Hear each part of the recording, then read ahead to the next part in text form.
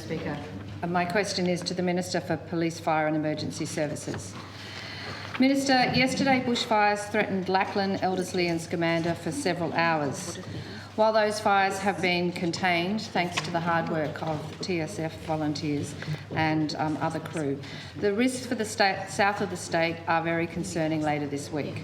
There is a great deal of anxiety across Tasmania about the level of fire risk, with the memory of last summer's extreme fires still fresh for many. It's still October, and TFS have accepted these early emergencies are unusual. Your hollow words last night talked about these conditions being normal at this time of the year, with your response being business as usual, even though RATS crews are still grounded. Minister, people need to know you understand we're in a climate emergency. Order, please. They need to know you're doing everything you can and we're told to do to keep them safe and protected. Minister, will you tell us which of the AFAC and the Tony Press Review's recommendations have been resourced and actioned to date? Thank you. The Honourable Minister for Tasmanian Fire and Police Emergency Services. Thank you, Madam Speaker. And I thank the honourable member for her question. And if the honourable member had turned up to a briefing that was accepted by a lot of members of the House and the other place, she would understand and had a briefing from the Chief Fire Officer on these issues. As a member of the Parliament that attended the Chief Officer's recent fire session briefing would know, bushfires in Tasmania in October are common.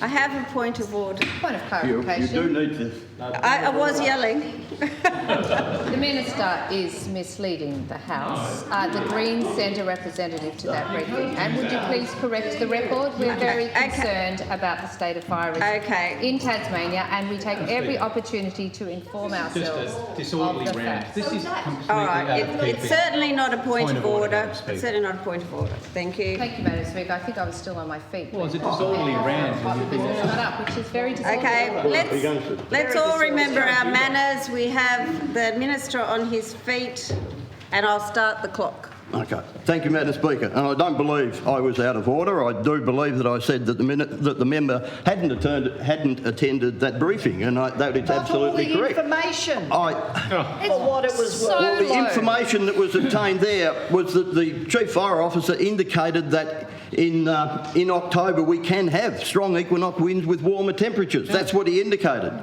And I find it's astonishing that the members opposite, particularly the Greens, would be seeking to politicise any fire that happens while they're still burning. It's shameful that they would try to undermine, and I say the Greens, try to undermine the confidence of our fire professionals.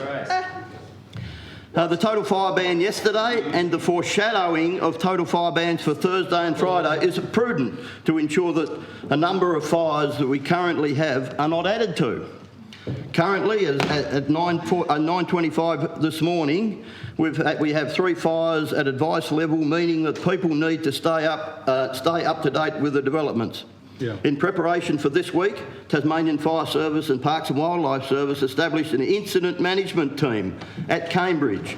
That's what I said last night. This is business as usual for the Tas Fire Service. They set up whenever they have high fire incident days. Then they will business as usual will mean that they will strategically set up and position fire equipment in the relative places. Did you read the review? At all times, Tasmania needs to remain vigilant. Dr. Woodruff. And heed the advice of our experts, with our best bushfire defence always being preparedness. It is important that Tasmanians living in bushfire-prone areas should know and practice their bushfire survival plans and prepare their properties by removing flammable materials from their yards and gutters. Like all Tasmanians, I should refer to the advice of our experts, including the Chief Fire Officer, rather than some members opposite. Yeah. Regarding resourcing, the Chief Fire Officer has the necessary resources, and so much so that at 6:30, and I'll inform the House of this now, at 6:30 a.m. this morning, we sent a contingent of 40 firefighters to assist the efforts in New South Wales. Plans are in place to send a second contingent of 40 in other weeks.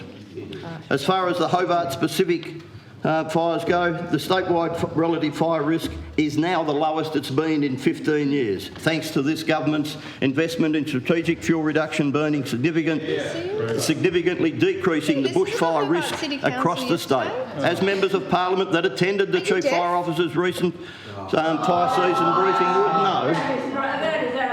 would know that the fuel reduction program It wasn't with reference to... conducted a significant number.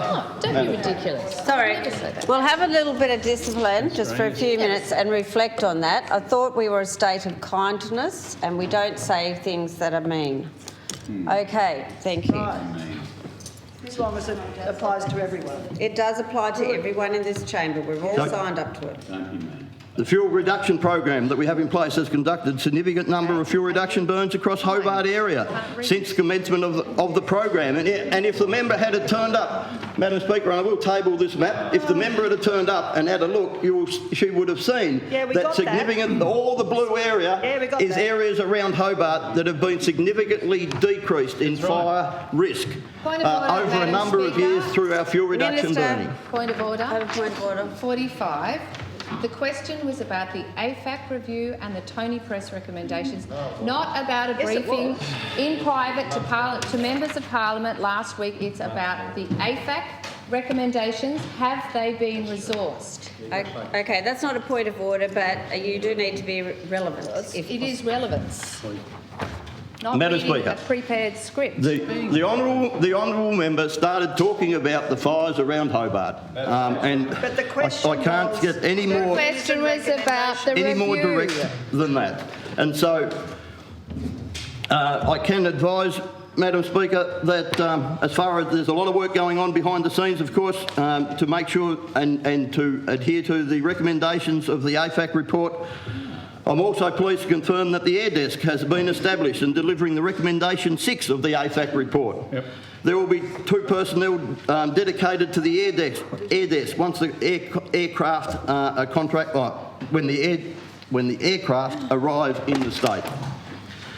The multi-agency statewide briefing on the upcoming fire season held on September the 19th. The Chief Fire Officer, of course, we have a rapid rate of response attack, which includes, of course, the doubling of the fire brigades on these normal days. Interagency fire management protocols is currently under review and is intended to be authorised by the agency heads in place prior to the 2019 fire season. This will deliver recommendation 5 of the AFAC review. And all the rest of them?